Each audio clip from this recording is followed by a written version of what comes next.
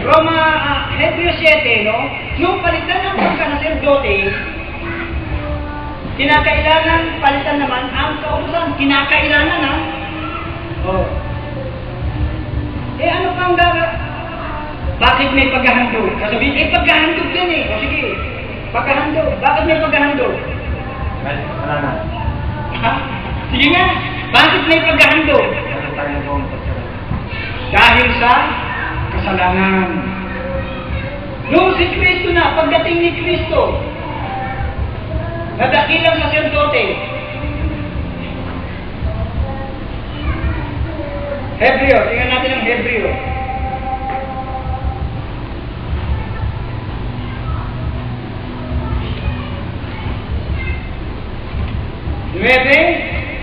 Hebreo G nga ba?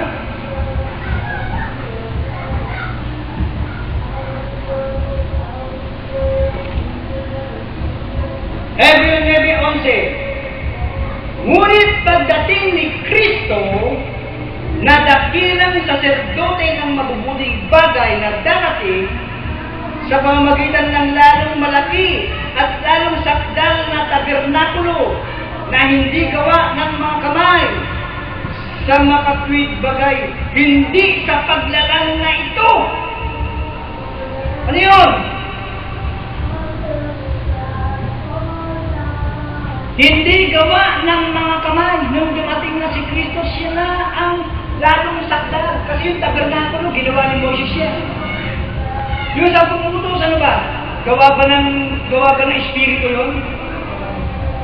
Oo, gawa ng Diyos yun. Pero anong pinanggawa ng Diyos doon? Sino ba ang gumawa ng 10 utos? Isinulat ng mga daliri ng Diyos. Asan ba yung daliri ng Diyos? Nasa kamay. Sino ang gumawa ng 2 tapyas na bato nung sirain ni Moses yung 10 utos na una? Si Moses. Ano? Hindi gawa ng mga kamay. Dahil meron na tayong dakilang saserdote.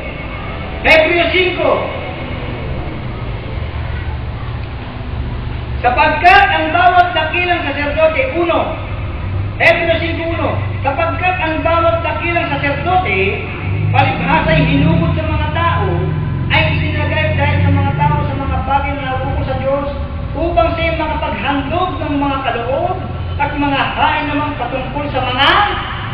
Bakit po pala may paghahandog?